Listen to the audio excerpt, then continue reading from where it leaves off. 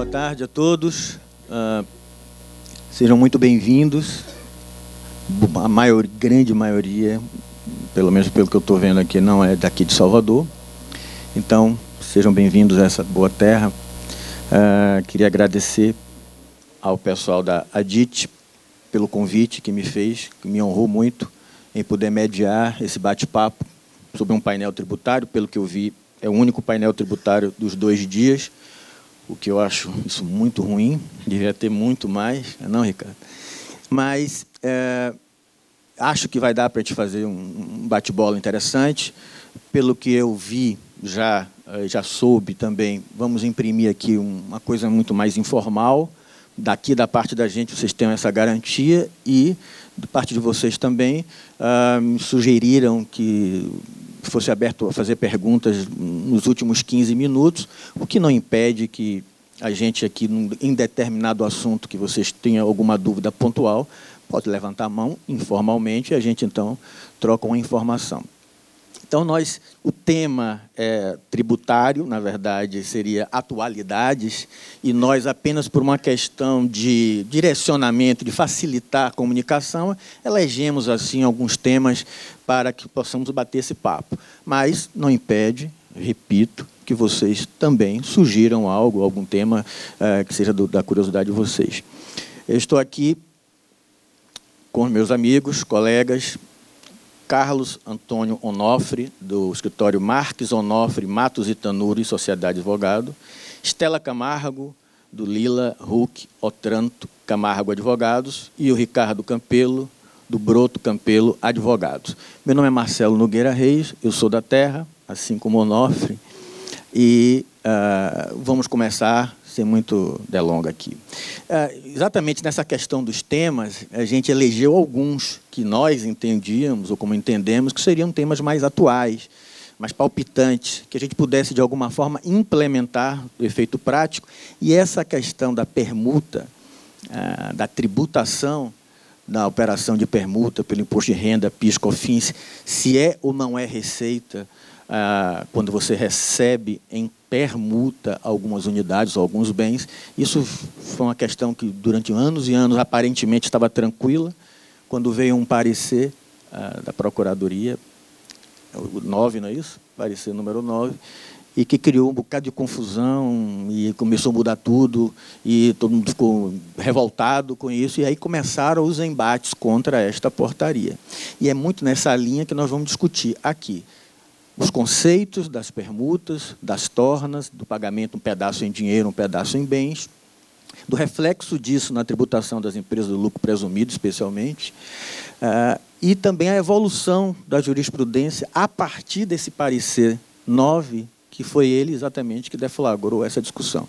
Então, eu passo, como eu falei a vocês, aqui não houve nada assim de muita amarração, nada muito rígido.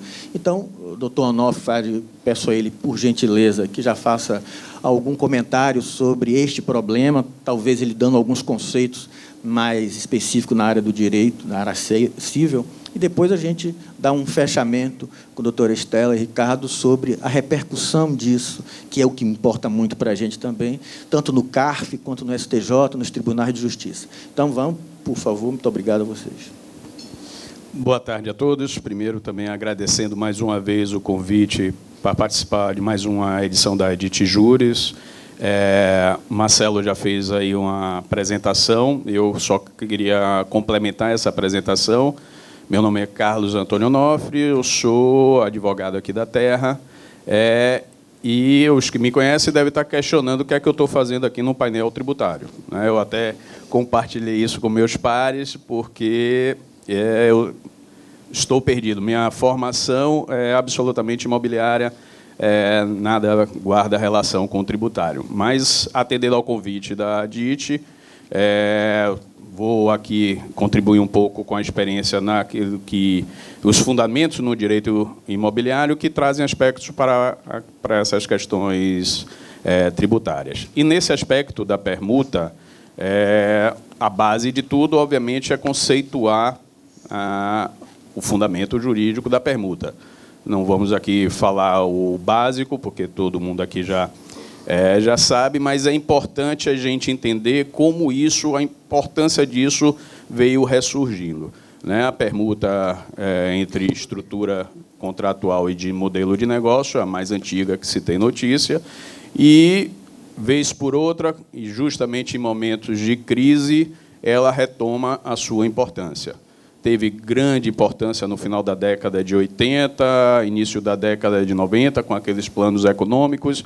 Então, baixa liquidez no mercado, as soluções para a estruturação de negócios passavam, mais uma vez, por permuta, e não é diferente agora com essa nova crise econômica, onde a liquidez, os investimentos são mais raros, então, modelos de negócios utilizando a permuta cada vez mais comuns na prática. E, nisso, a gente tem aí algumas estruturas de permuta que é muito comum na prática, né? A permuta definitiva, propriamente dita, aquela em que o proprietário do terreno ele permuta o seu terreno por unidades a serem construídas, e aí, nessa estrutura de permuta definitiva, a gente está falando da permuta de coisa presente por coisa futura. A estrutura da promessa de permuta, e aí é importante a gente fazer uma observação. Quando a gente está falando aqui de promessa de permuta, nós não estamos aqui nos referindo àquela que muita gente considera que promessa de permuta, pelo menos eu já tive experiência de registros imobiliários entenderem que aquela promessa de coisa presente por coisa futura é uma promessa de permuta. No nosso entendimento, isso não é promessa de permuta, isso é uma permuta definitiva. Você permutar coisa presente por coisa futura é perfeitamente possível, né, dentro da liberdade contratual.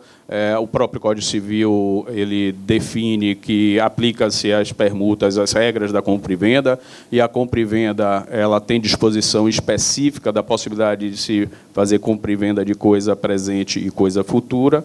Então, não é dessa promessa que estamos tratando, mas sim aquela realmente promessa de permuta, como contrato preliminar, na medida em que algumas coisas ainda não estão perfeitas e acabadas para se fazer o contrato definitivo, como, por exemplo, situações em que ainda precise unificar imóveis ou fazer algum desmembramento, ou situações ainda que não é possível dimensionar exatamente a quantidade de unidades futuras que serão objeto do pagamento, ou objeto da permuta, enfim, situações preliminares que antecedem o contrato definitivo, é possível celebrar uma promessa de permuta.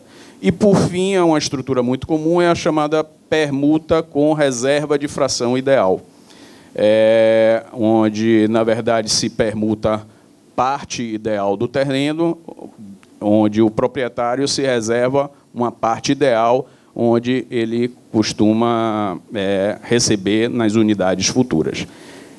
Esses três modelos de estrutura de negócio com a permuta, é importante a gente delimitar bem, porque eles têm reflexos tributários importantes. Além daquela questão já mencionada por Marcelo aqui, do ganho de capital, das sociedades lucro presumido, da questão da permuta contorna, que é aquela parte equivalente em dinheiro, e aí lembrando o conceito aplicado por doutrina e jurisprudência de que a torna não pode ser superior a 50% do valor do bem a permutar, porque desconfiguraria a permuta e seria, na verdade, compra e venda. Mas, além dessa questão, essas três estruturas de permuta a que eu me referi, permuta definitiva, promessa de permuta e permuta com a chamada reserva de fração ideal, elas produzem efeitos distintos no que diz respeito ao ITBI. Aqui nós costumamos falar ITIV, né? Marcelo já me olhou logo. Lembrando, meu sócio pergunta, você é paulista quando você fala ITBI? Mas ITIV aqui para quem é da terra. E, por incrível que pareça, uma questão que aparentemente há muito estava superada, recentemente, e eu falo recentemente, a coisa de 1 ano e pouco, decisões de tribunais estaduais dando a entender de cobrança de ISS na permuta com reserva de fração ideal, que é outro tema aqui que a gente vai poder observar. Então, basicamente, aí eu acho que a gente vai poder tratar, no caso da permuta, sobre esses 3 tributos aí envolvidos. Excelente. Então, já anunciou aí, e esse assunto me interessa, que ele falou decisões estaduais, de tribunais estaduais, e depois eu provocarei ele. Já, aliás, já estou provocando para mais tarde. Isso aqui tem Tribunal de Justiça da Bahia também, esses precedentes. Acho que ainda não, mas vamos lá. Doutora Estela, seja muito bem-vinda aqui. É um prazer estar com a senhora aqui. Obrigada.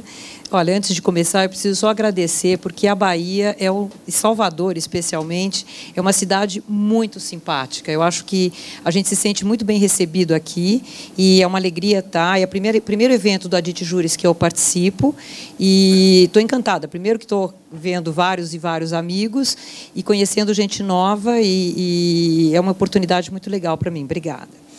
Mas, enfim, o Carlos estava colocando que a permuta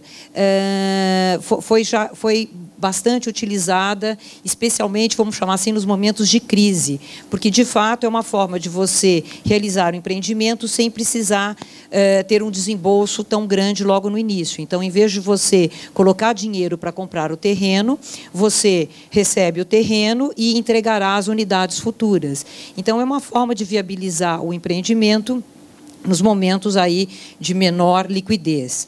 Mas, além disso, a permuta conta, vamos lá, pelo menos desde 1988, com a vantagem tributária. Porque, ao se fazer a permuta, você tem um terreno que vale, vou dizer, 100 unidades monetárias, você receberá 10 unidades, só que cada uma não vai valer uma unidade monetária, ela vai valer 2, 3 ou 4, enfim, depende do que for construído em cima. Então, você tem um ganho de capital evidente na permuta, porque, enfim, o que você vai receber é, de fato, mais valioso do que você estaria entregando. Porém, por uma questão, vamos dizer, a tributação ela é diferida para o momento em que você vai vender essas unidades. Então, a famosa Instrução Normativa 107 de 88 garantia essa, enfim, essa vantagem tributária que também tornava a permuta bastante interessante. E isso, enfim, foi aplicado durante anos, etc. E, em 2014, a Receita Federal veio, vamos chamar assim, com essa novidade, entendendo que, no caso das empresas que são tributadas pelo lucro presumido, o ganho de capital ele não é calculado sobre a diferença entre o valor da venda menos o custo. Este é o lucro real. O lucro real é o valor de venda menos o custo e outras diminuições que você pode fazer pelo preço de venda. No caso do lucro presumido, existe uma presunção de resultado que é sobre o faturamento, sobre o valor da venda. Então, entende a Receita que, nas empresas, ou passou a entender a Receita, que para as empresas que escolheram a tributação pelo lucro presumido, elas terão que fazer a tributação as 2 vezes, isto é, quando a pessoa jurídica que é dona do terreno entrega em permuta o seu terreno, ela tem que levar a tributação este valor, o valor de entrega do terreno. E, recebendo as unidades, quando vender as unidades, terá uma nova receita. Então, esse foi o entendimento num parecer normativo número 9 de 2014, da Receita Federal, e as decisões do CARF, especialmente em 15 e 16, vieram confirmando essa posição. Tá? Então, eu acho que esse é o susto, enfim, que a gente levou, que daí o Ricardo aqui vai dar umas boas notícias para a gente. Tá, então, boa tarde a todos. Queria mais uma vez agradecer ao Adit, especialmente na pessoa do meu amigo Bernardo Kesi, que, pelo que eu vejo, não está aqui nos prestigiando, mas fica, de qualquer forma, agradecimento. É o 3º Adit Juris que eu participo, sempre com palestras muito conteúdo. Agora chegou o Kesi, então fica oficialmente o meu agradecimento aí, mas sempre com palestras muito interessantes. Eu hoje, só nesse comecinho de dia aí, já absorvi mais conteúdo do que nos últimos meses, possivelmente. Uma breve apresentação também, eu sou de Curitiba, atuo lá como advogado, participo também do Sinduscom e da ADEME lá do Paraná, estou na CEBIC também. E esse é um tema, né, que realmente é muito, muito interessante e que, especialmente na CEBIC, nós começamos a acompanhar muito atentamente, até pelos reflexos que teriam para as empresas incorporadoras e loteadoras. Então, a partir desse entendimento que a Receita Federal apresentou lá em 2014, levantou-se uma preocupação muito grande, né, eu aqui falando pelo lado do setor, né, não dos terrenistas, mas de que, né, as incorporadoras e loteadoras passassem a ser autuadas caso não levassem a tributação o valor do terreno que está sendo recebido na negociação. E um primeiro precedente que apareceu foi, acredito que foi no começo do ano passado, uma decisão do Tribunal da 4ª Região, lá em Porto Alegre, no mandado de segurança coletivo do Sinduscom de Blumenau, né, representando as construtoras locais, em que se reconheceu, em primeiro grau, né, já havia sido reconhecido na sentença, e o tribunal confirmou. Né, não é um acórdão muito extenso, né, não tem uma fundamentação muito extensa, mas o que você consegue depreender ali da fundamentação é que o tribunal considerou que, na permuta, o que você tem é meramente uma substituição de ativos. Né, então, o terrenista ele tira do patrimônio dele um ativo, passa para a incorporadora, e a incorporadora recebe o terreno e depois passa as unidades para ele. Então, há uma troca entre ativos. Sendo uma troca entre ativos, não existe ingresso financeiro, o que afastaria o conceito de receita para a empresa, né, para a empreendedora, e assim não precisaria ser levado à tributação. Então, foi um acordo muito interessante. Assim, quando saiu, nós comemoramos muito, divulgamos, né?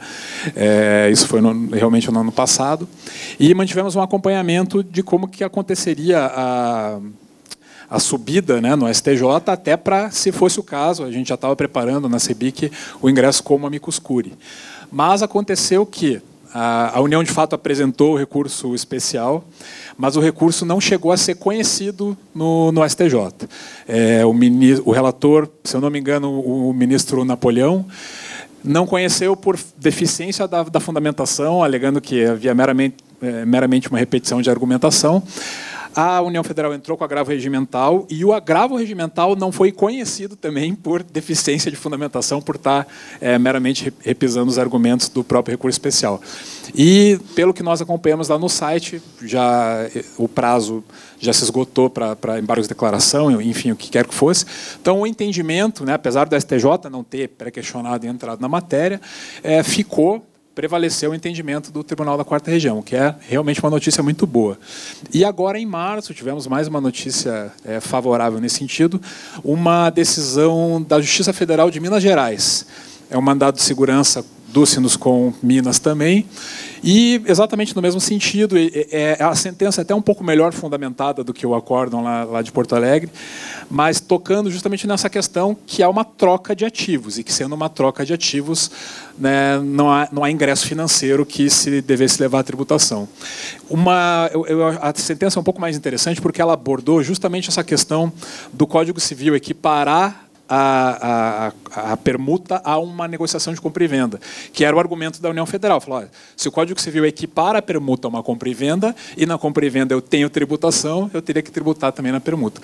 Então, o juiz, reconhecendo ainda que haja essa equiparação, que não é suficiente para, quanto aos efeitos tributários, determinar a aplicação da tributação. Então, foi mais um precedente que está confirmando aí os entendimentos. Nós temos conversado com algumas entidades, as entidades estão se movimentando também, as entidades que eu digo associativas, aí, os Sinduscoms e ADEMES pelo Brasil, também parecem estar se movimentando para entrar com novas ações coletivas, né, para representar os seus associados localmente. Né, o interessante é que seja sempre feito um acompanhamento, né, que eventualmente quem estiver aqui que seja das entidades, né, daqui tem o meu amigo Daniel, que é lá de Pelotas, o Sinduscom lá parece estar se movimentando para ingressar com essa ação, que haja uma comunicação com as entidades, especialmente lá com a gente na CEBIC, para que essas ações sejam coordenadas e a gente consiga realmente acompanhar. O nosso receio é que chegue essa matéria no STJ e, quando o STJ decidir julgar, é muito importante que o setor empreendedor esteja, né, junto para atuar como amicus curiae e defender que essa jurisprudência se confirme. Então, quanto a esse primeiro tema, eram as questões. Ainda aproveitando aí que você está nas repercussões, você está tudo do STJ, e a doutora Estela falou do CARF. E, salvo engano, eu vi uma notícia bem recente, coisa de 15 dias ou um mês, sobre uma disputa apertadíssima no CARF sobre essa matéria. Não teve isso? Não? Que teve um voto que foi por voto de... Sim. Voto de qualidade, sim. Houve essa decisão. É uma evolução? Eu acho que a coisa está tomando pé, né? Está tomando corpo. Porque, de fato, o parecer normativo, o CODIT, ele é expresso. Então, isso já foi aplicado, enfim, até realmente, vamos dizer, a legislação não mudou, tá certo? Então, é um entendimento da Receita sobre a legislação que sempre existiu, né? Vamos dizer, até, não sei se eu colocaria aqui o seguinte, como, enfim, recomendando para os nossos clientes, o que acontece é que, quando a gente faz uma permuta, quer dizer, o proprietário do terreno, ele faz a permuta, e num determinado exercício. E a venda das unidades vai acontecer lá para frente, quando elas estiverem um pouco mais prontas, né? Então, aí talvez tenha uma forma de contornar o grande problema, que, como a opção pela forma de tributação é feita por exercício fiscal, quer dizer, por ano, então, você, no ano da permuta, da realização da permuta, você opta pelo lucro real, e, no ano da alienação, você opta pelo lucro presumido. Então, de repente, pode, na prática, resolver um pouco aí a situação. Interessante isso. E queremos voltar, então, amigo, naquele negócio da retenção, da reserva, da fração. Então, só para colocar aqui, botar o negócio na mesa. Uma outra, vamos dizer, em tempos em tempos não, em qualquer tempo, a gente sempre é chamado a fazer os empreendimentos e as operações da maneira mais econômica possível, né? Quer dizer, gastando menos e lucrando mais. Eu acho que isso é o que todo empresário quer, né? E, nessa linha, uma forma de você economizar um pouco para a realização de uma incorporação imobiliária mediante permuta seria o proprietário do terreno, em vez de entregar 100% do imóvel, já que ele vai receber em pagamento unidades, e essas unidades terão a sua fração ideal, então, em vez dele transmitir a fração ideal, ele retém a fração ideal e o construtor entrega apenas a benfeitoria. Daí, no final do empreendimento, faz-se a especificação do condomínio com atribuição das unidades para os titulares de fração ideal, seja a incorporadora, seja o proprietário do terreno.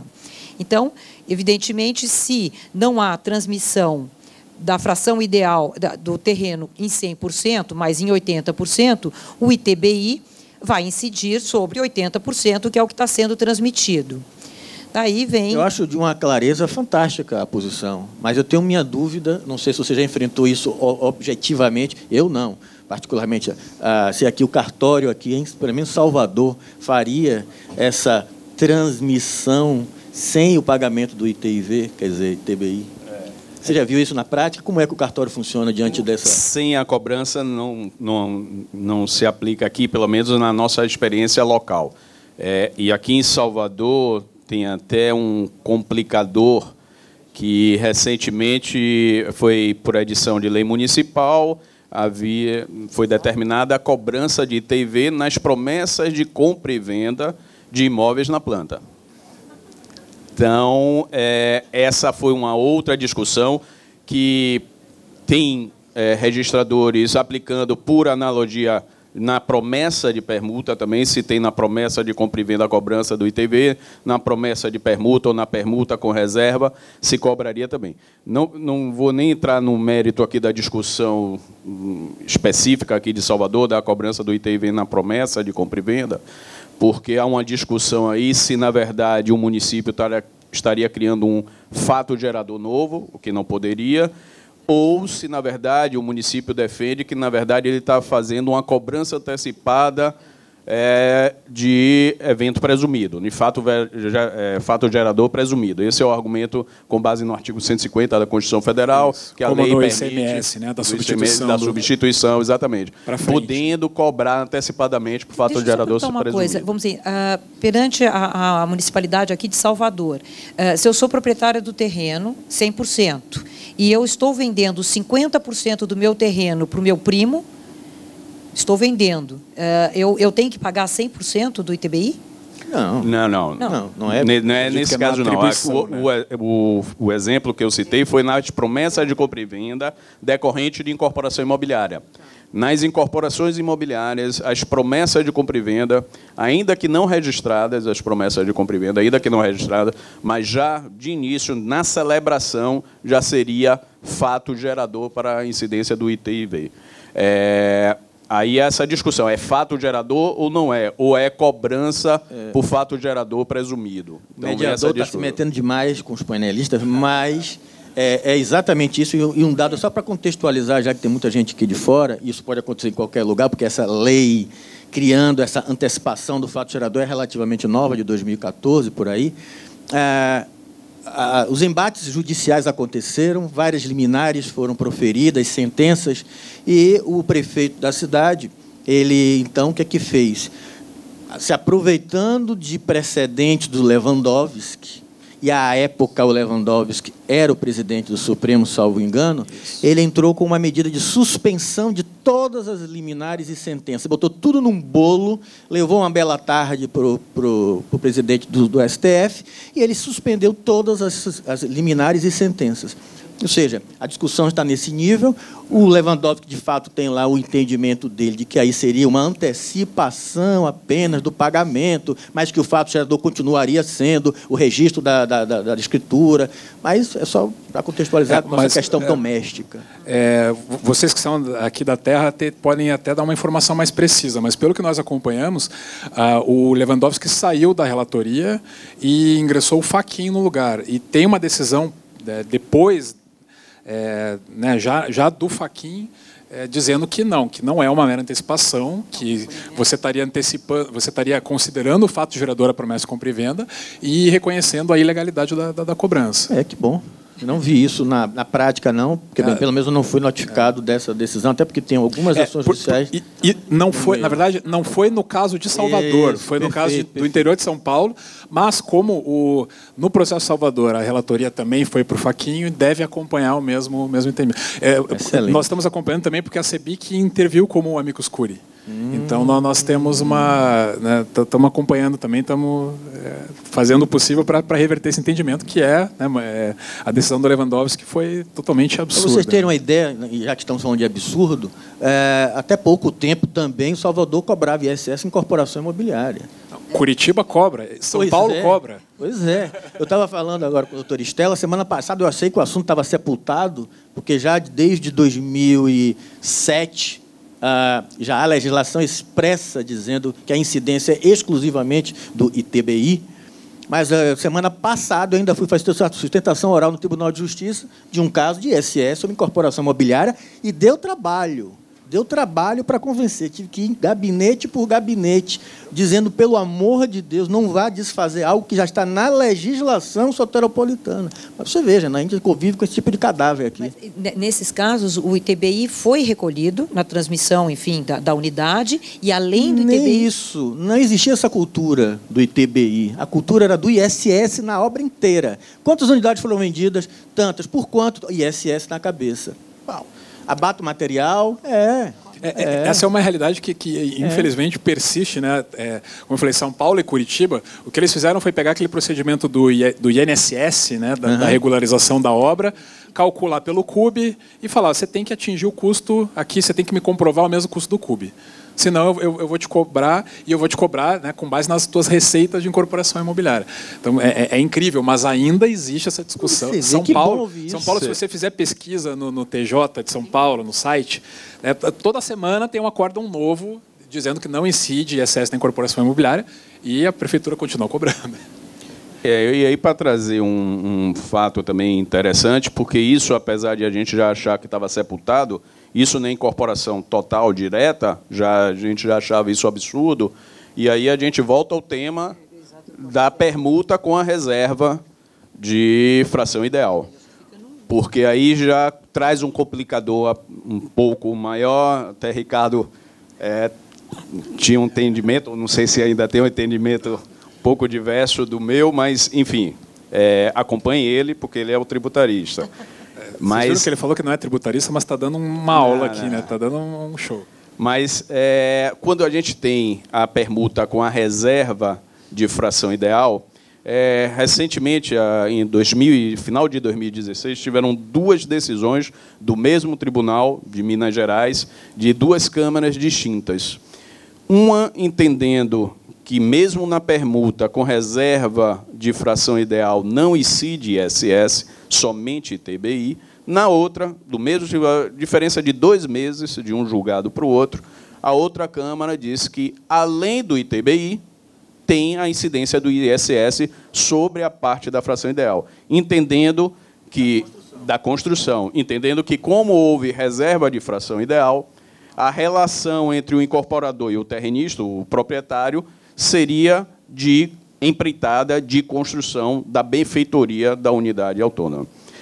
E aí sim entendeu de que caberia também, melhor dizendo, a cobrança do ISS. Então, entra um pouco mais a discussão. Quando tem uma reserva de fração ideal, a edificação construída é distinta, aí eu venho no meu entendimento entendendo que não, porque a incorporação deve ser vista como um todo. A incorporação imobiliária é um ato complexo, com várias atividades. E você não pode simplesmente destacar aquela unidade que seria objeto da permuta como uma área que seria como obrigação de fazer a incidir o ISS. A incorporação como um todo, que é o fundamento da não incidência do ISS, seria uma obrigação de dar, e a reserva da fração ideal não desqualifica, não desnatura essa obrigação de dar. No meu entendimento, continua a obrigação de dar a unidade pronta. Pode ter o questionamento, sim, mas a edificação com a reserva eu estou edificando sobre terreno alheio. Não. Na verdade, até as benfeitorias, a aquisição dela se dá pela aquisição normal, por acessão, as benfeitorias. Então, na verdade, a questão do ITBI já estaria superado, não transfere, e o ISS não haveria ali incidência do serviço, mas a obrigação de dar como um todo.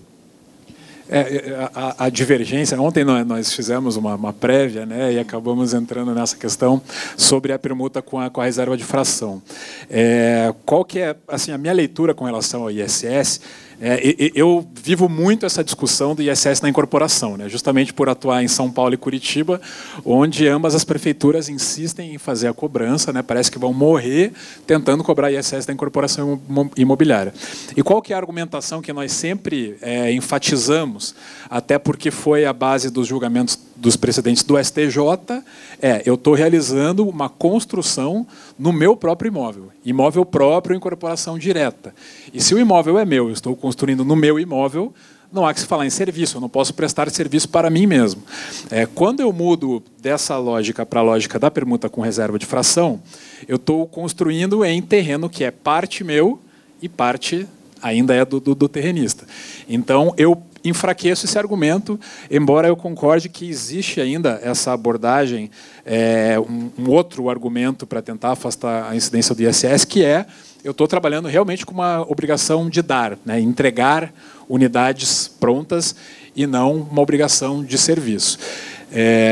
E aí poderia até pegar o gancho naquele julgamento já até um pouquinho mais longínquo do STF sobre a locação de guindastes, né, locação de bens móveis, não poderia ser tributado pelo ISS por ser obrigação de dar e não obrigação de fazer. Contribuindo um pouco, Ricardo, só complementando também com esse argumento, é importante lembrar que na incorporação imobiliária, a fração ideal ela é indissociável da construção. Sim. Você não pode destacar a construção da fração. É uma coisa, a própria lei diz que é uma relação única, indissociável. Então, é mais um argumento para a gente não entender como simplesmente uma empreitada de uma benfeitoria. Eu concordo, eu não tenho entendimento fechado sobre o tema. A dificuldade que eu acho que nós vamos enfrentar aí na argumentação na relação de consumo aí, né, do comprador, que seja o terrenista recebendo as unidades. Sempre que se fala em compra de unidade imobiliária, a gente tem uma espécie de fusão dos conceitos da 5491, da Lei de Incorporações, 4591, com as disposições do Código Civil de empreitada, né, sobre empreitada. Né, o próprio prazo de garantia que se fala, né, sobre os defeitos construtivos é lá do 618 do Código Civil, que é empreitada. Então, existe, eu acho que é algo que não é tão preto no branco assim sobre se é uma obrigação de dar ou é uma obrigação de fazer. Eu acho que é uma discussão, é uma área cinzenta. Acho uma discussão muito boa e que, né, nós podemos aprofundar aí até nos nossos fóruns de debate, até no IBRADIM, na nossa comissão lá de tributário, vou levar esse tema para aprofundarmos.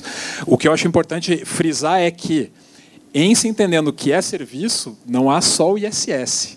Aí nós teremos também a tributação do lucro presumido como receita, né, que seguramente vai ser mais alta até do que o ISS, até porque a base presumida vai para 32% e não 8%. Então, não é mais aqueles 6,73%, né, que você trabalha na incorporação, vai para uma lógica de serviço mesmo, que vai bater lá em 11%. Então, eu acho que é algo para ficar, né, no radar aí, para tomar bastante cautela. Você tem uma pergunta sobre esse tema? Não, isso é um recadinho para eu não esquecer de dar no final aqui. Tá bom. Mas pegando esse gancho aí, um dos itens que a gente colocou para a gente poder tratar aqui, porque eu acho até que é bastante interessante, é aquela questão dos contratos de parceria, da operação de loteamento imobiliário. Quem reconhece o quê e em que parte? Foi você que colocou isso? Não. Foi, isso, exatamente. É que, na realidade, a gente pensou em falar sobre isso, mas acho que foi o tema hoje de manhã, hoje né? de manhã. Então vamos fazer aquele... Vamos falar da lei do ganho de permuta, capital. acho que a gente deu já uma... Ficaríamos mais um pouquinho para o final, caso alguém tenha alguma dúvida. Alguém quer antecipar alguma questão sobre permuta, para a gente virar? Vamos lá. Se identifique, por gentileza, se puder. Só para que a gente estreite o diálogo. Desculpa, não entendi exatamente. Se algum lei movimento especificamente político da sobre CEBIC, para que transforme esses entendimentos numa norma, né? Para tentar atuar no processo legislativo? Isso, não sei, porque da forma que foi posto aí, pelo menos no meu entender, dava a entender, disse, não, houve, é fato, uma mudança de entendimento do CAF e começou a autuar. É fato, mas logo depois colocou-se na lei. E aí, ao meu ver, a coisa ficou mais complicada e difícil ainda. Né? Não sei se a CEBIC... É um parecer normativo. É um parecer, na verdade, não está na lei. Não. Na 12973. Ah, tá. Na 12973 foi colocado na lei. Lucro presumido? Sim. Fazendo a distinção do real para o presumido. Eu também não lembro. Oi? Bom, justamente essa era a minha pergunta para saber se a CEBIC estava tomando alguma iniciativa nesse sentido. Não tinha conhecimento e até chama atenção porque a lei não foi sequer mencionada nesses precedentes, né, mais recentes aí, que seria um argumento pró-fisco já estar na lei, né? Mas enfim, estando na lei, a nossa discussão, acho que a nossa argumentação persiste no sentido de que a lei, aí argumentando até talvez com base no CTN, de que a lei não pode alterar conceitos de direito civil. Concordo, só queria com base nessa em argumentação. função da questão da lei, saber se tinha alguma coisa. Levarei lá para o GT para a gente avaliar essa legislação, se seria o caso até de pensar em uma intervenção no processo legislativo para tentar retirar isso. Obrigado. Doutora Estela, você quer complementar alguma coisa? Não. Não? Bom, tem um outro assunto. Quer dizer, tem mais alguma questão sobre a questão da permuta? Não? O que não inviabiliza, ao final, caso alguém se lembre de alguma coisa, a gente poder retomar o assunto. Mas que nós também botamos um outro assunto que, aparentemente, pelo menos para nós, suscitaria bastante debate, que é a questão da aplicação da Lei 13.259/2016 na progressividade das alíquotas do ganho de capital. Quando efetivamente isso estaria em vigor, exigível, já que ela veio em cima de uma MP de 2015? MP 2015. Doutora, assuma essa. Então, vamos lá. Ver.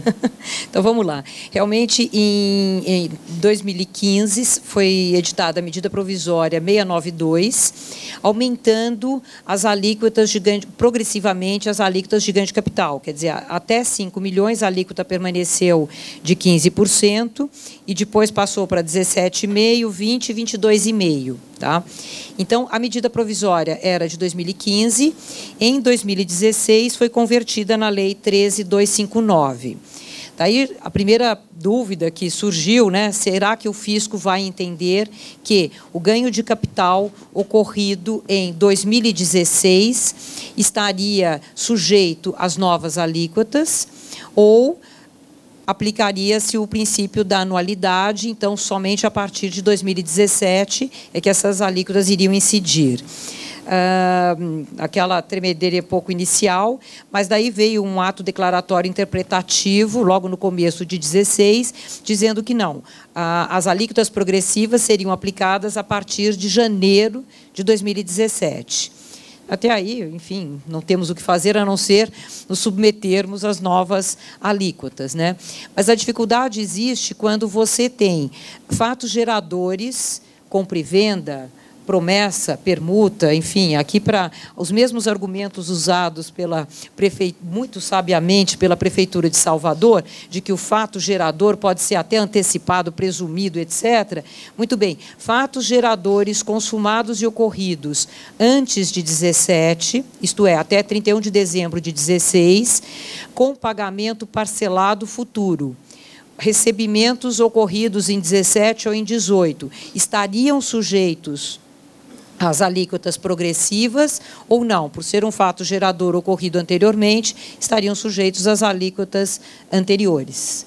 Né? E aí, alguma conclusão, exatamente assim, em termos de precedente sobre esse assunto? Olha, eu diria que tem... Tem precedente, mas não objetivamente em relação a esta lei. Mas olha, eu vou dizer... olha, eu sou muito prática, então, como é que eu vou resolver este problema? Entrei no site da Receita, no programa do Imposto de Renda, coloquei uma venda ocorrida em 16 e fiz o ganho de capital. Não se aplicou a alíquota progressiva. Mas não existe nenhum ato declaratório, etc., enfim, confirmando este entendimento que está sendo, na prática, aplicado pelo Manual da Receita Federal. Então, nós iríamos visitar a definição de fato gerador do imposto de renda fonte.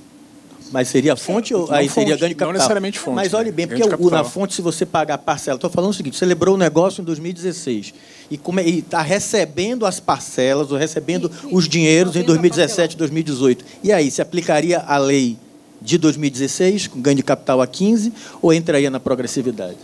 Esse é o ponto. Vamos lá. Se nós estamos falando de pessoas físicas que são tributadas pelo regime de caixa, teoricamente, não teria dúvida de dizer que é pelo recebimento, é na data do recebimento que se completa o fato gerador. É regime de caixa. Então, não daria para se utilizar a legislação anterior. Mas, enfim, a gente vai tentar buscar... É uma discussão que até puxa para a teoria da norma tributária, né? Pegar Paulo de Barros Carvalho, aí para quem tem... quem já estudou direito tributário mais raiz, assim, é uma discussão bem interessante, que é o critério quantitativo, né, a interpretação do critério quantitativo à luz do critério temporal, ou seja, quando que é considerado praticado o fato gerador e se eu posso ter um critério quantitativo que só vai se definir quando do recebimento, quando do caixa, e não quando do acontecimento da conduta lá, do critério material do fato gerador. Eu acho muito complicado, eu acho que fica uma lógica esquisita você pensar, por mais que o fato gerador se complete com o ingresso da Receita, né, eu tenho uma venda hoje que ela se concluiu, eu só tenho que... a venda em si, ela se aperfeiçoou, eu não tenho condição resolutiva, né, o que eu tenho é só o recebimento que vai ficar para o futuro. E que a minha alíquota, ou seja, né, a quantificação do meu tributo, vai ficar indefinida. Né, se a lei aumentar ou baixar a alíquota, né, eu acho que fica um pouco esquisito. Né, eu defenderia que a gente aplicasse... o critério quantitativo lá da celebração da venda. E aí, aproveitando uma estrutura que é muito comum, todo mundo aqui já experimentou, a famosa compra e venda pró-soluto, né? E depois a gente faz a famosa confissão de dívida parcelada. E aí entra aquela velha discussão. Na compra e venda com a emissão de uma nota promissória pró-soluto, o fato gerador já se perfez, né? A disponibilidade jurídica é que determina e não a disponibilidade econômica. Seria aplicado também nisso? Eu acredito que sim, mas eu acho que, neste caso, até para não ter muita discussão, você deveria ter recolhido o imposto na hora que você recebeu a nota promissória pró-soluto.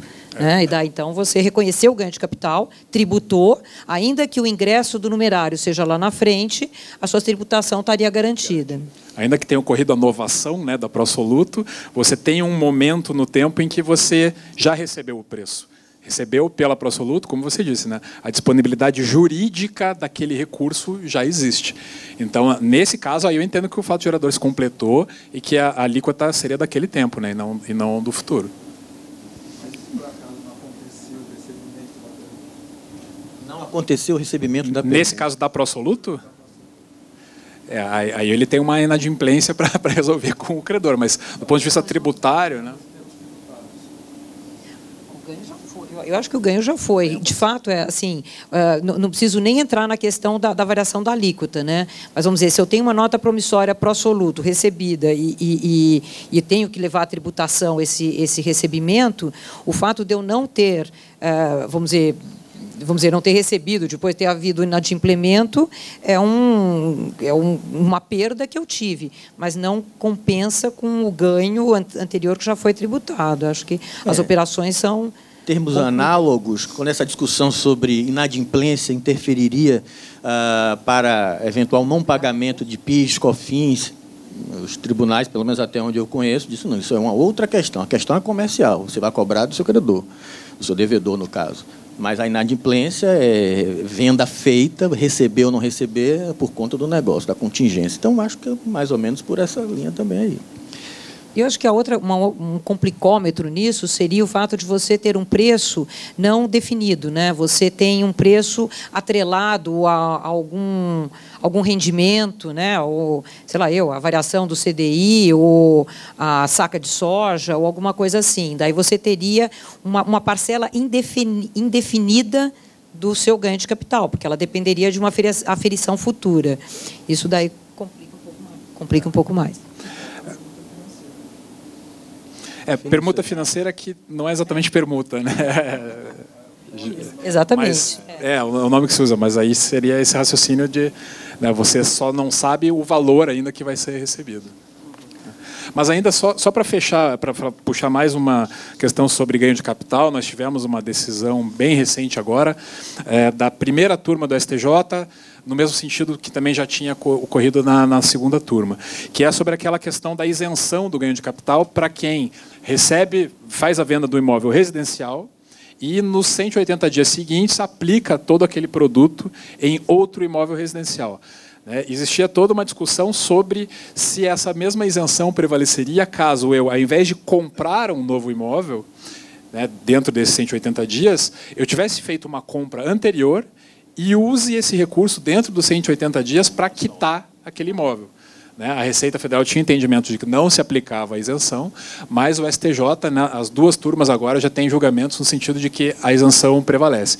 Então, também é uma decisão, agora com um entendimento formado nas duas turmas, acho que temos uma certa segurança aí de que a regra vai se manter, o que é muito interessante porque se a isenção tem o objetivo, né, de privilegiar, de alguma forma, aquele comprador que não está simplesmente vendendo imóvel, está trocando de imóvel, eu acho nada mais natural que ela seja aplicada também se ele está usando para quitar o saldo devedor. De um negócio feito anteriormente. Anteriormente. Esse é o ponto.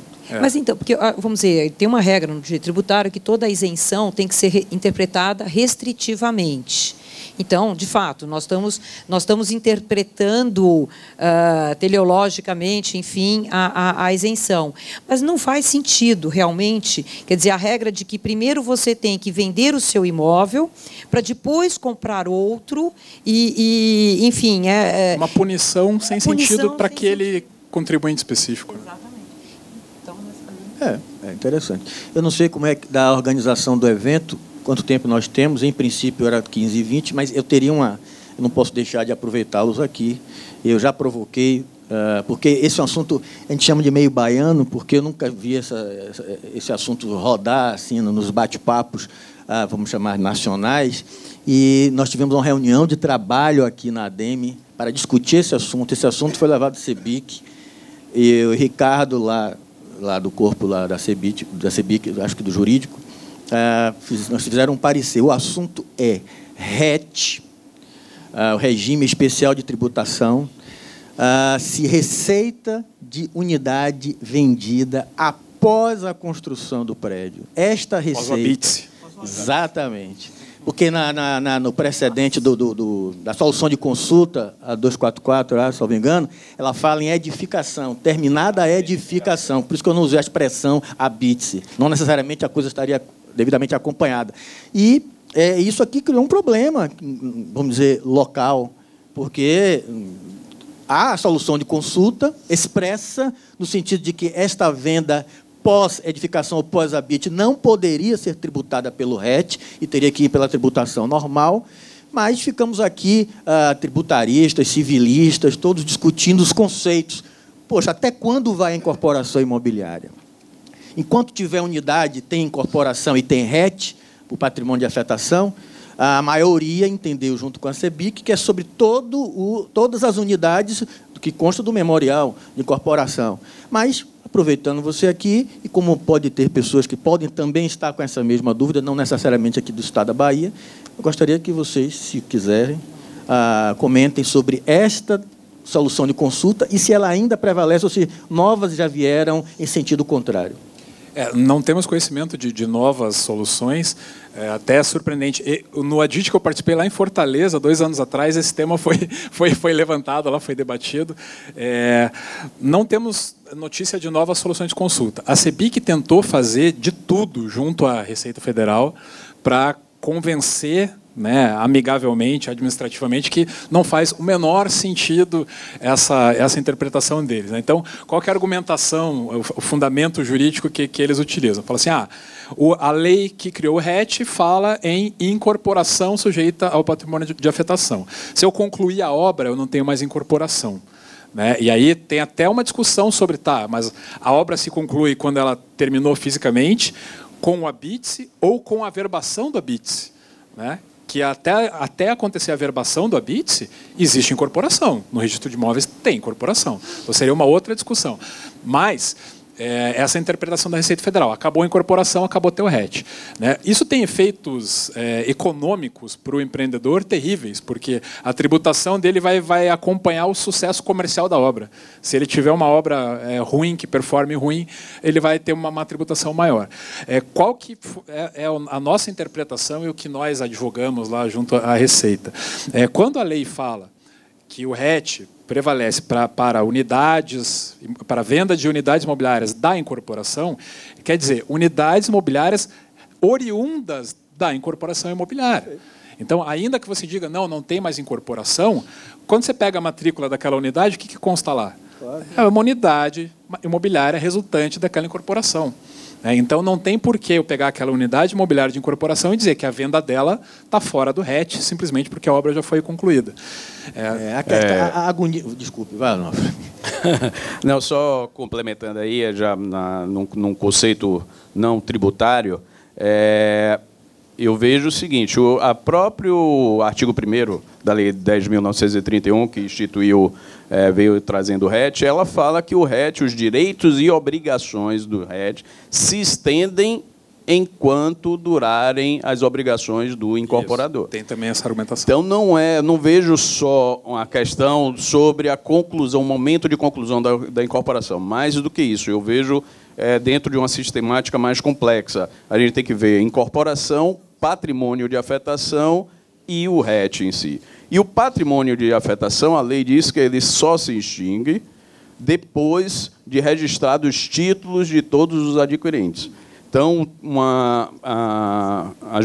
tentando resolver esse questionamento, a pergunta seria, o incorporador, em que a incorporação foi submetida a um patrimônio de afetação, depois de averbada a construção, ele está desobrigado perante seus adquirentes das unidades em estoque, ele estaria desobrigado ou não?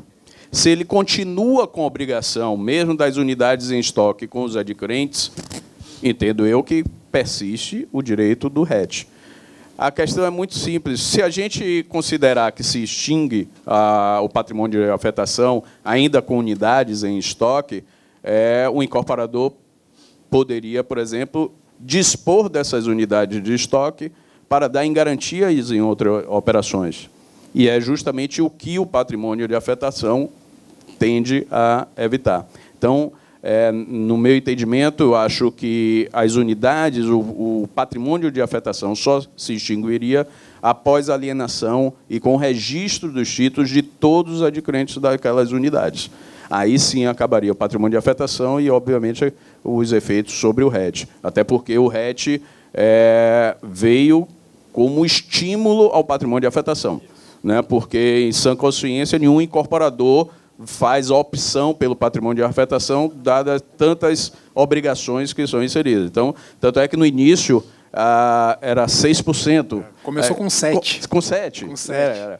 Não era nem mais vantajoso em relação ao presumido. Aí viu, depois baixou e chegou a 4%, e hoje Minha Casa Minha Vida é 1%. Quer dizer, mostra que o legislador quis criar um estímulo ao patrimônio de afetação.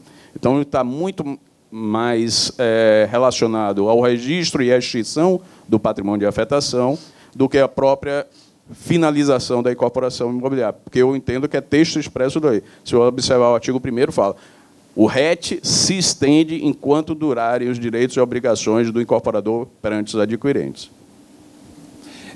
Eu não me recordo agora dos termos ali da lei do patrimônio de afetação, mas acho que também a argumentação é bem construída, bem fundamentada. O que talvez pudesse puxar para um outro lado é que, concluída a obra, o incorporador ele pode sim até dispor do recurso do caixa lá se ele já concluiu a obra, né? Então, talvez a argumentação que a Receita apresentasse não, concluída a obra, você já não tem mais as obrigações do patrimônio de afetação, poderia até alienar as unidades, por quê?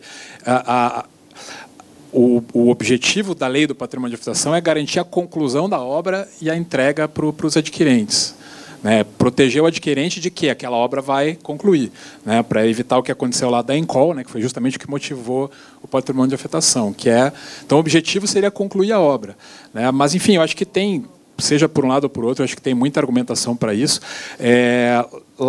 Para falar, né, lá de Curitiba, o pessoal não leva a tributação, o pessoal tributa pelo RET, o pessoal não paga lucro presumido em cima, e aí está aguardando para ver o que vai acontecer, sabendo, né, que a Receita Federal, se passar, né, por uma venda dessas, vai autuar, mas aí abre-se a discussão, né? Questão de lealdade, até com o próprio orçamento, quando você faz, você pensa, você cria o projeto, você faz a conta. A conta é essa, tem que ser até o fim, para o bem ou para o mal. Viabilidade econômica, né? Pois é, tanto que é imutável, você não pode ir e voltar.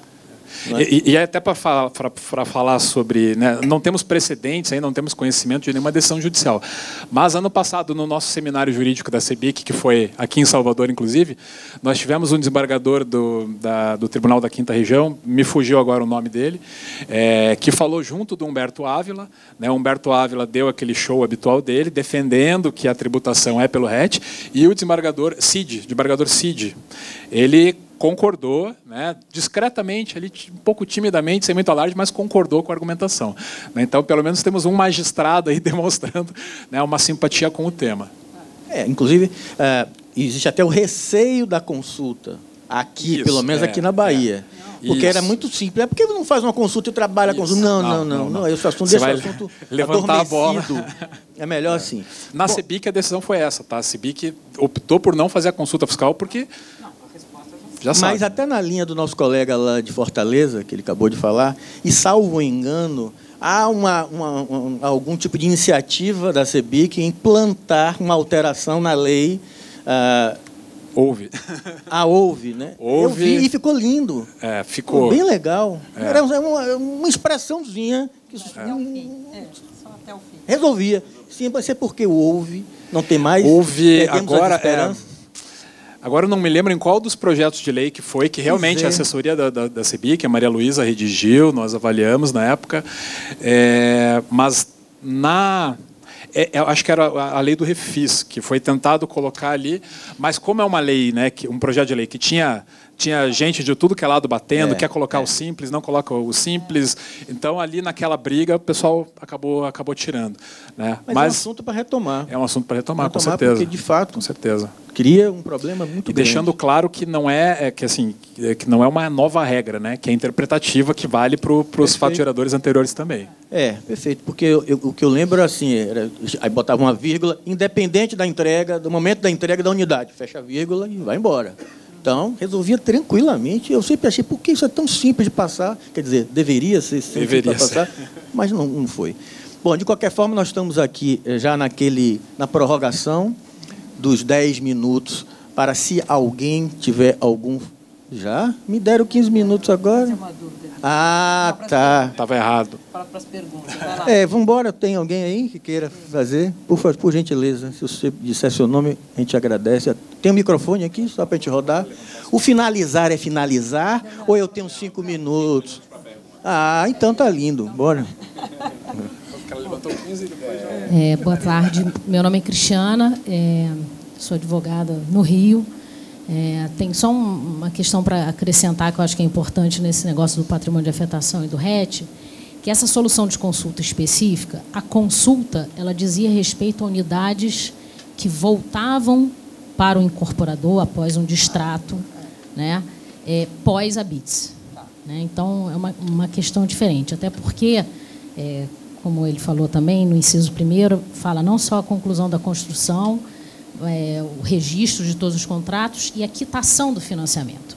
E eu acho que o mais importante é essa questão da quitação do financiamento, porque, normalmente, o repasse numa incorporação se dá justamente pós-habites. Então, não faria sentido, né, dentro do ciclo da incorporação imobiliária, o dinheiro advindo do repasse dos clientes ser tributado fora do RET. Então, só para acrescentar isso, e a solução específica, a consulta dizia respeito a uma outra situação, não seria qualquer... Pois mas na resposta não dá para perceber isso. Pois é, por isso que, assim, quando veio a solução de consulta... Por isso que a gente não deve fazer consulta. Pois é. Nunca se pergunta o que não sabe a resposta. Pois exatamente. Temos mais alguma pergunta? Alguma provocação? Algum tema novo? Algo que a gente possa ajudar de alguma forma? Não? Nós aqui... Eu pediria só... Desculpe, tem aqui. Boa tarde. Denis Martins, advogado de Florianópolis. E a questão também, em relação a esse aspecto do RET, eu penso aqui que o habite-se não é necessariamente um atestado de que a obra está concluída, mas sim a comprovação de que eu efetivamente entreguei aquilo que for aprovado perante o município, que a obra está devidamente habitável. Mas nada impede que eu tenha outros compromissos construtivos pós-habite, não ilegais, né, porque eu não estou considerando que haja violação à legislação urbanística. Né? Então, os acréscimos posteriores que os empreendedores fazem estão fora. Mas eu posso ter outros compromissos. Né? Então, por exemplo, determinada instalação de revestimento na unidade, questões que, eventualmente, não sejam necessárias para o habite, então eu obtenho o habite e, posteriormente, faço alguma outra edificação. Isso poderia ser usado pelos empreendedores como uma forma, né, de obter o resultado e dizer, olha, a obra não está concluída ainda. Né? Então, queria ver se vocês têm... Não tem um período de garantia aí de 5 anos, não tem um negócio desse? Do consumerista? Não, são pendências. Eu entendo justamente dentro daquela linha. Como bem observou o colega do Rio, a lei fala em 3 requisitos para considerar extinto o patrimônio de afetação. Conclusão, registro de todos os títulos e, quando for o caso, a baixa do financiamento. Obviamente que a maioria dos casos é com financiamento, então você precisa de 3 requisitos concorrentes. Não basta um ou outro. Os 3 têm que estar presentes. O terceiro, obviamente, dentro da hipótese do caso. Mas os 3 têm que... Enquanto não presentes os 3 requisitos, não poderíamos falar de extinção da afetação. Não extingue da afetação, estenderia-se os efeitos do RET. Perfeito. Mais alguma indagação, por gentileza? Rodrigo, Verano Advogados, do Rio também. Para o Onofre, de repente, os demais colegas também pudessem, de alguma forma, ajudar. Foi falado sobre a questão da permuta com retenção de fração. A gente sempre trabalhou a permuta com retenção de fração como uma alternativa tributariamente eficiente, tendo em vista que eu não recolheria o ITBI. Não pelo todo do terreno, até porque, de fato, eu vou pagar as unidades para aquele permutante lá, e não vou vender, não vou ficar com aquela fração. Aquela fração, ela, em momento algum, ela vai sair do nome dele, vai ficar com ele, então não tem que pagar ITBI por aquilo. Isso é claro, isso deveria ter sido um objeto de uma discussão. Mas a gente sabe que as prefeituras têm essas discussões e tal, e aí vamos seus códigos tributários mudando. Agora, a pergunta que eu faço foi quando você falou sobre a questão envolvendo o seguinte: A gente tem dificuldade, aí já não é mais com o fisco, é com o registrador, do registrador aceitar a permuta com retenção de fração. E aí a gente tem que fazer aquela manobra jurídica, que é uma ficção jurídica, um monstro que a gente tem que fazer, que é pagar o ITBI 2 vezes. A gente paga o ITBI de 100% do terreno, faz a compra e venda, confessa dever para a nota promissória o valor X, se eu vou pagar uma parte em dinheiro, ok, torna, se não vou pagar com unidades, é a obrigação de fazer e dar, fazer o empreendimento e entregar as unidades. Então eu faço o quê? A compra e venda, registro, nota promissória, essa nota promissória, eu no mesmo ato eu confesso, novo, e pela obrigação de quê? De realizar o empreendimento e de um compromisso de dação em pagamento. A pergunta que eu faço é a seguinte: quando eu faço a dação em pagamento, já paguei 100% de ITBI de terreno, faço agora o pagamento de ITBI de 10 unidades, e aí proporcionalmente muito mais caro, porque é o ITBI de unidade pronta, e aí é muito mais caro, muito mais valorizado. Também tem, na visão de vocês, ou já enfrentaram algum caso, de pagar também ISS, porque eu estou fazendo uma obrigação aqui de fazer e de dar. Então, assim, eu vou ter que pagar ISS também nesse caso, porque no fundo eu estou trocando crédito, né? Estou pagando, na verdade, o meu débito com uma unidade. Quando eu faço dação e pagamento, estou entregando um imóvel para pagar uma dívida que eu tenho. Também teria ISS aí nesse caso? Oh, eu entendo, assim, se fosse para defender a incidência do ISS, jamais vou defender, mas, enfim, se houvesse uma possibilidade de incidência do ISS, seria no caso de não ter sido recolhido o ITBI. Então, eu fiquei com a minha fração e eu recebi da construtora uma prestação de serviços consistente na construção das minhas unidades. Então, daí não tem ITBI. Vamos dizer, e também não teve o ITBI, não sobre a fração ideal, mas sobre as benfeitorias. Porque, eu não sei repetir agora, mas vamos dizer, o fato gerador do ITBI é venda da propriedade imóvel e direitos sobre eles relativos e benfeitorias, acessões e tal. Então, neste amplíssimo conceito, a benfeitoria, que seria a construção da unidade, também poderia ter uma incidência de ITBI, não sobre a fração ideal, mas sobre o que seria a construção. Talvez difícil de fazer essa ponderação, o que é a fração ideal, o que é terreno, o que é construção. A gente tem isso no memorial de corporação, a gente tem definido isso. É obrigatório dizer o que é do valor da composição da unidade, o que é fração, o que é acessão e benfeitoria. Mas o fisco teria esse acesso a essa informação. Exato, mas a prefeitura não considera dessa forma. Então, ela poderia, na minha visão, ela poderia cobrar o ITBI sobre a benfeitoria ou não cobrar o ITBI sobre a benfeitoria, mas entender que é uma prestação de serviços. Então, a construtora construiu para mim, proprietário do terreno, aquela benfeitoria, e daí teria que pagar o ISS. Eu acho que esse é o raciocínio que eles desenvolvem.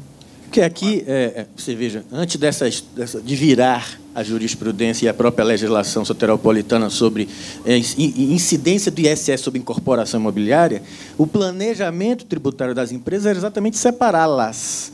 Uma era a incorporadora, que fazia e bolava o empreendimento, executava, ela contratava a construtora por uma taxa que eles, obviamente, lá conversavam, recolhia o ISS sobre essa prestação de serviço e, portanto, não pagava o ISS sobre o valor das unidades construídas, porque ele estava prestando um serviço não ao adquirente da unidade, mas ao incorporador que contratou ele. Então, esse era o planejamento que a Prefeitura de Salvador aceitava para fugir do ISS sobre o valor da incorporação, e sim ISS abatendo materiais sobre o valor contratado, taxa de administração. Então, quando você fez essa pergunta, me veio à cabeça, o incorporador é também um construtor. Não foi isso que você falou? Na verdade, não existe uma incorporação por mandato. Na verdade, a relação é interna. Faz tudo. Está falando no modelo da incorporação tradicional, direta. Né? Incorporação tradicional, não a incorporação por mandato. Aí não, sem dúvida. Exatamente. Se eu puder só dar mais uma contribuiçãozinha do que está acontecendo em Curitiba, para onde que está evoluindo a argumentação do município. Né? Então, a gente sempre bate dizendo, não, isso é incorporação direta e você não pode tributar as receitas da incorporação direta. Tá, daí o município começou a evoluir a argumentação para dizer, não, eu não estou tributando a incorporação, eu estou fazendo uma fiscalização aqui, a tua obra pelo CUB devia custar 10 milhões e você está me comprovando aqui 8 milhões. Então, é porque você contratou de forma informal 2 milhões aqui em obra, que você não me comprovou, consequentemente não tem recolhimento de ISS, então eu estou autuando você por responsabilidade tributária sobre esse valor de obra que você não alcançou do CUB.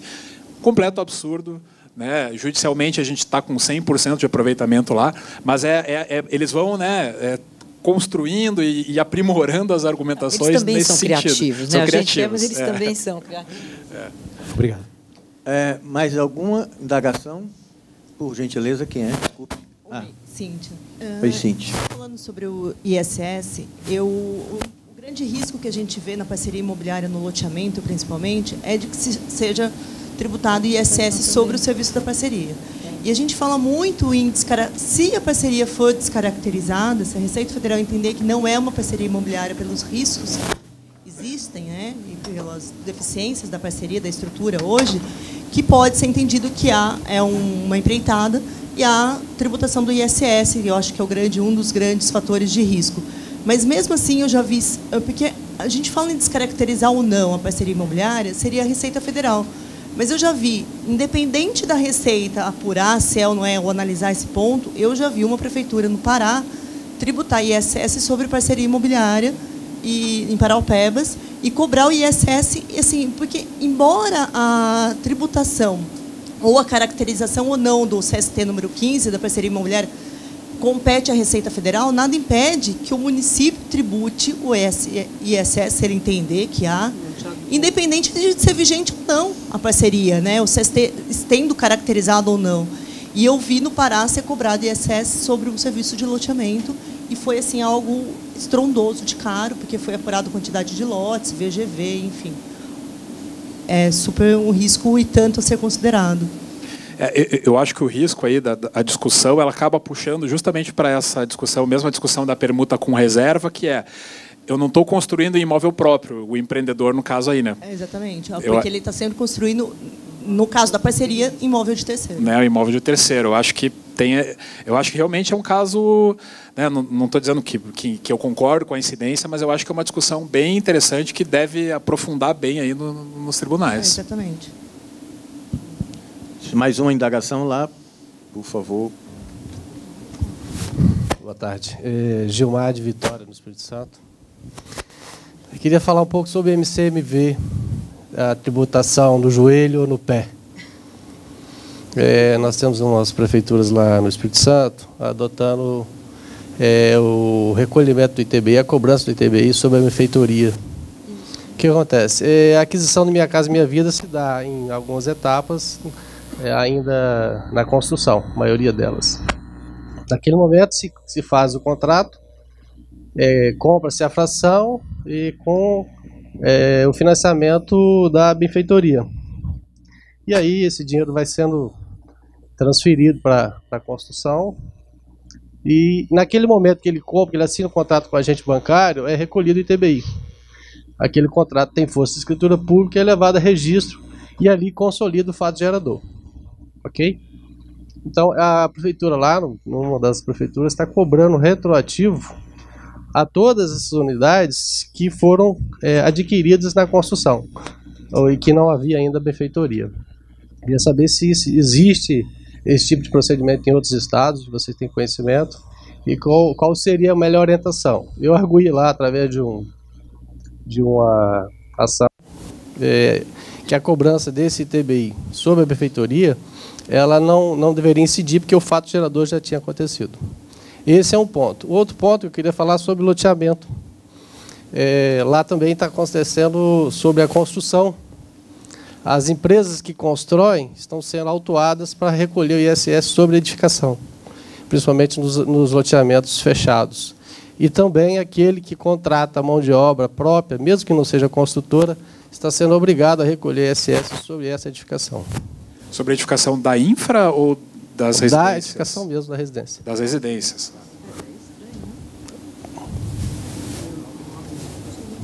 Bom, aqui eu não tenho esse precedente. Sua pergunta foi mais ou menos nesta linha, né? Que eu lembre aqui. Não tenho conhecimento dessa discussão também.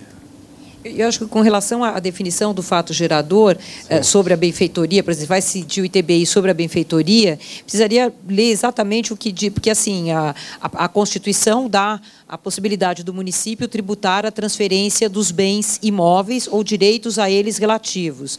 Daí o município, ao criar a sua legislação, ele vai definir né? Exatamente qual é o fato gerador naquele caso e qual o momento de recolher o imposto. Então, realmente, eu não conheço a legislação de Vitória, né? Eu não conheço a legislação de Vitória, precisaria esmiuçar para ver onde que a gente vai achar o gancho. A questão do ITBI sobre essas benfeitorias, eu já ouvi o precedente no sentido de que não haveria a cobrança, porque, na verdade, o fato gerador é a transmissão. Não houve transmissão. Na verdade, a benfeitoria ela é adquirida a propriedade por acessão sobre a fração própria. Então, não há transmissão, não haveria fato gerador. Agora, a gente tem que ter cuidado com esse entendimento, porque ele contraria o entendimento do ISS. Né? Porque aí se a gente passar a entender dessa forma, de que não houve transmissão, então eu realmente edifiquei em terreno alheio. E aí seria uma prestação de serviço, poderia entrar naquela discussão. Se correr, o bicho pega. Isso aí, pronto. Acho que... Nem o Código Tributário Municipal, na verdade, Minha Casa Minha Vida, a lei federal tinha um princípio social, certo? E os códigos tributários, pelo menos os que eu conheço, municipais, nenhum deles tem a previsão dessa modalidade, porque lá é uma compra e venda com contratação de mútuo. Quando você compra, ele compra a fração e contrata o mútuo para construir. Então, a natureza jurídica desse contrato é uma compra e venda. Eu discuto exatamente isso aí e pesquisei em alguns estados da federação. Poucos são os municípios que regulam essa situação. E fica aí um tema para até a DIT discutir isso em termos de legislação nacional, porque a lei foi criada com essa função social, né, e as prefeituras têm entrado por esse caminho aí de cobrar o ITBI. No caso, lá está cobrando retroativo de 5 anos. Mas ISS também, você falou? Não, eles estão tentando sair pela essa vertente. Se tá. não incide ITBI, vai incidir ISS. Mas a questão é que não há previsão legal. Mas normalmente é uma isenção, né? Os municípios dão isenção de ISS. Na faixa 0, né? Até naquela faixa que é popular, que não há, e é só inscrição, não há contratação, na compra. Bom, amigos, alguma... Não, eu queria só fazer, porque eu recebi o bilhetinho aquela hora aqui, você achou que era a pergunta, era o bilhetinho do meu amigo Bernardo Kesi aqui, eu me senti até no tempo da escola, né, que você recebe o bilhetinho, se ele é meio escondido, assim, né, mas enfim, era para relembrar, de destacar a nossa alegria de ter divulgado hoje aqui o lançamento do Ibradim, né, que a gente já considera aí, né, uma vitória nossa, né, de todas as pessoas aqui que vão fazer parte do Instituto, divulgar que nós vamos ter o congresso, já está com data definida, no dia 7 de junho, lá em São Paulo, na FGV. Teremos discussões, né, muito ricas, muito atuais, né, grandes nomes do direito tributário, do direito imobiliário que estão aqui no ADIT, que vão participar lá conosco também. Então, compartilhar mais uma vez essa alegria e chamar vocês para entrar no site, conhecer, estamos nas redes sociais também, Facebook, Instagram, tá? Acompanhem lá e participem. A gente acha que vai ser muito, muito legal, né, encontrar vocês por lá. Pronto, então estamos encerrando esse painel. Agradecer a presença de vocês, a presença aqui do Ricardo, Estela e Carlos Onofre, e nos encontraremos ou aí pelos corredores, ou quem sabe, quem for lá no Amado tomar uma cervejinha, vai ter um negócio de um drink hoje lá. Então, muito obrigado, valeu, boa tarde a todos. Boa tarde.